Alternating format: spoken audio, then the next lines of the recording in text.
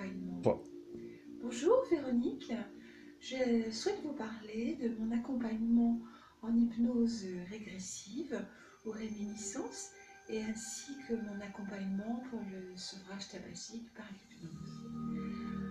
Alors le premier accompagnement qui est lié aux réminiscences va être un voyage en fait.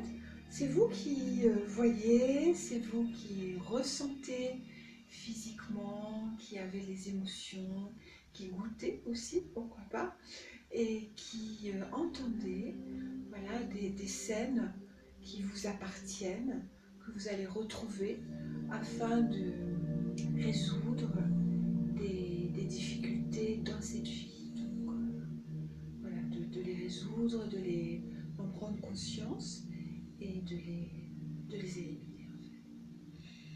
Quand vous parlez de dans cette vie, vous parlez aussi des vies antérieures? Alors, c'est très intéressant de poser cette question parce que, en fait, voilà, point n'est besoin de croire, ce n'est pas du tout une croyance dans les vies antérieures pour pouvoir bénéficier d'un effet thérapeutique. Ça peut tout simplement agir comme une métaphore, une image donc, auquel vous allez avoir accès, qui va vous expliquer un schéma difficile, par exemple, dans cette vie, ou va vous aider à avoir du discernement par rapport à votre relationnel.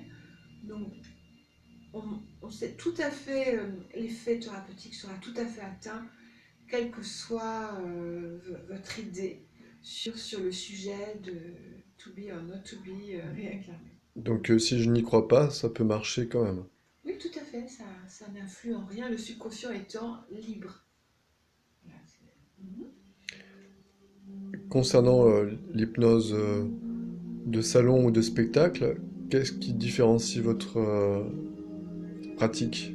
Oui, on peut dire qu'on peut partir du même processus, mais l'intention, et c'est l'intention qui fait tout, l'intention n'est pas du tout la même, puisque là nous avons un effet thérapeutique et c'est vraiment le but, et c'est évidemment l'éthique. Et l'un gâche l'autre, on va dire, puisque voilà, ça limite, mais bon, ce n'est qu'un passage, nous sommes qu'en 2017, n'est-ce pas?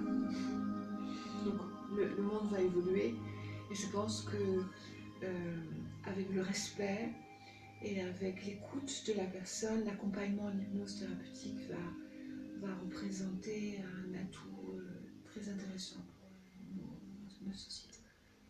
Est-ce qu'en particulier vos patients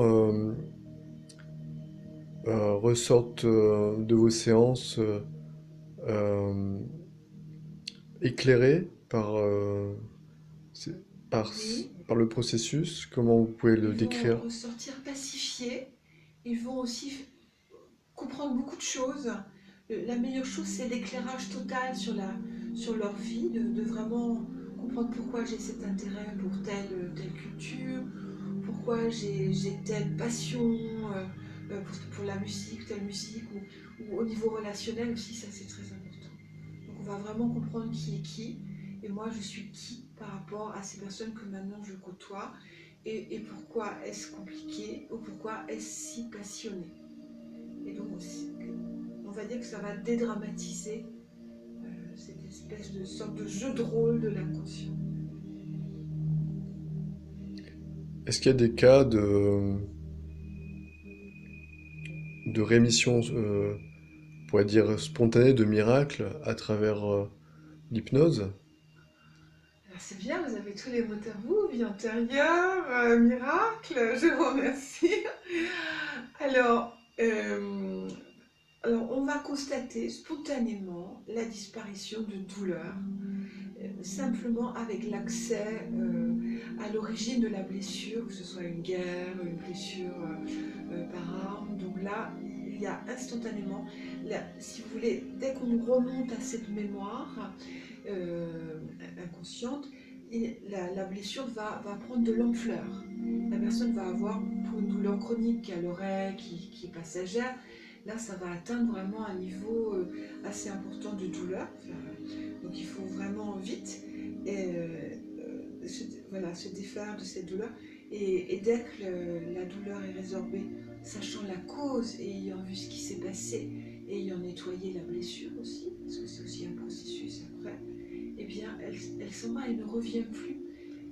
Et ça, si vous voulez, il faut expliquer pourquoi, parce que c'est lié au corps éthérique, qui a les mémoires, en fait, des vies antérieures. Corps éthérique? Le corps éthérique étant le premier des auras, des 7 auras, qui est le plus proche, qui est à peu près à 3-6 cm, comme l'a dit Barbara Brennan, du corps physique.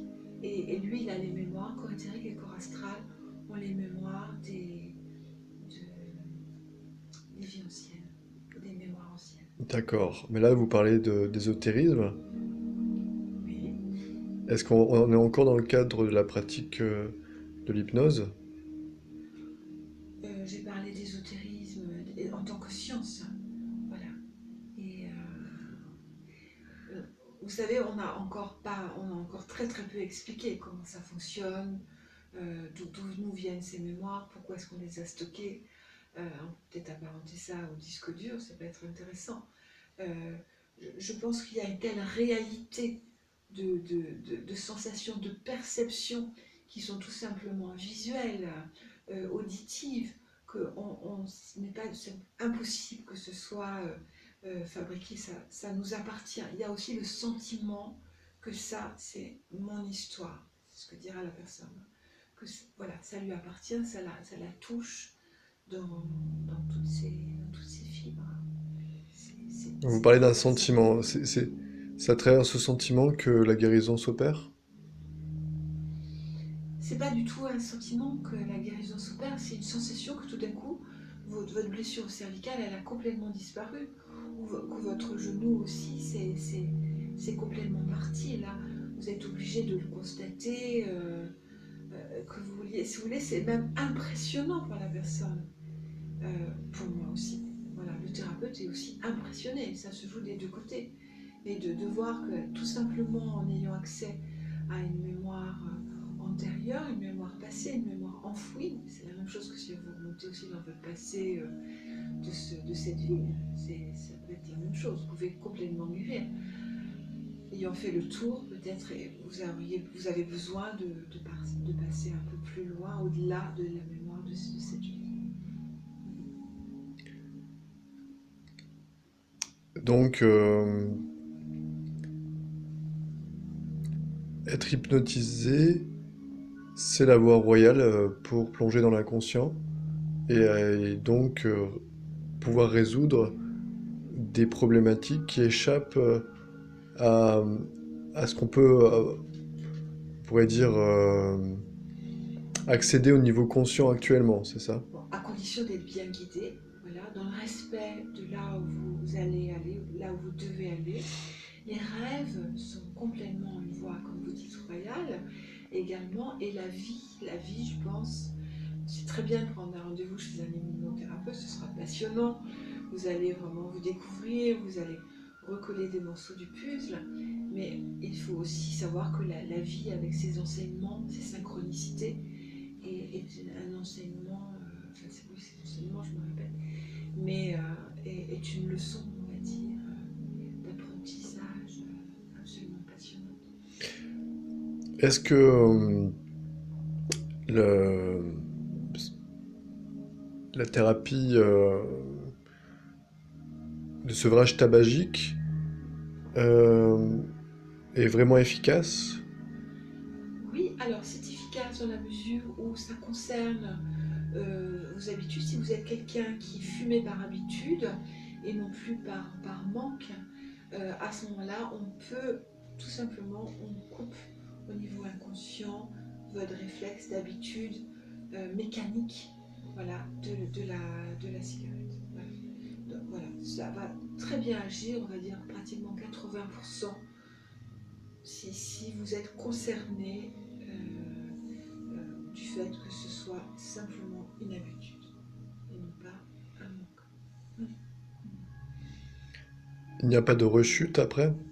Il y a différents cas de figure, tout le monde n'a pas le conjoint idéal, la conjointe messie, je suis là de tout cœur avec toi, voilà. Vous pouvez, si vous avez un terrain difficile, vous vivez des choses difficiles, il est tout à fait possible que vous allez de toute façon diminuer votre consommation de cigarettes. Mais voilà, donc vous aurez besoin d'une deuxième séance, ça se fait en 2 séances, la deuxième séance permettant d'ancrer plus profondément le sevrage tabagique et voilà, de le consolider. D'accord. C'est un accompagnement fort, assez directif, intéressant, parce que très personnel par rapport à vraiment votre consommation à vous, depuis quand, dans quelles circonstances. Et c'est toujours une histoire passionnante et intéressante. Et de choisir d'aller vers la liberté, j'aime bien accompagner ce choix.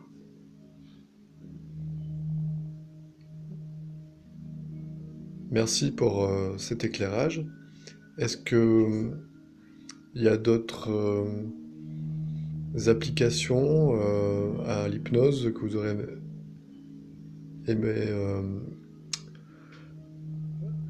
décrire? En fait, quand on part en hypnose régressive, on ouvre complètement un champ. Donc là, il peut être très très large. Comme je vous disais, ça peut guérir voilà, des peurs, des phobies, un besoin de discernement relationnel, mais aussi de retour sur vous-même. Donc ça peut être aussi ça, la cerise sur le gâteau, de vous être reconnecté avec vous-même et après de faire route avec vous. Il y a aussi le travail sur l'enfant intérieur qui peut être très intéressant. Voilà, le contact des ancêtres qui peut guérir de la peur, de la mort, justement. Et est-ce qu'on peut communiquer avec les morts? On ne va pas appeler ça forcément une communication. Ce qui sera très intéressant, c'est de les ressentir, de sentir une présence, mais ça peut être comme dans un rêve. Il ne faut pas du tout voilà, mettre trop en exergue. Par contre, bon, vous pouvez effectivement prendre la personne, la serrer contre vous, mais ça, c'est dans totale liberté. C'est en fonction de ce que ce que vous aurez envie de faire. Si c'est mûr pour vous, si c'est juste pour vous, si c'est le moment propice pour vous. C'est vraiment tout respect, surtout, premier mot, et liberté de la personne. D'accord. Bon, on a fait certainement le tour. Merci.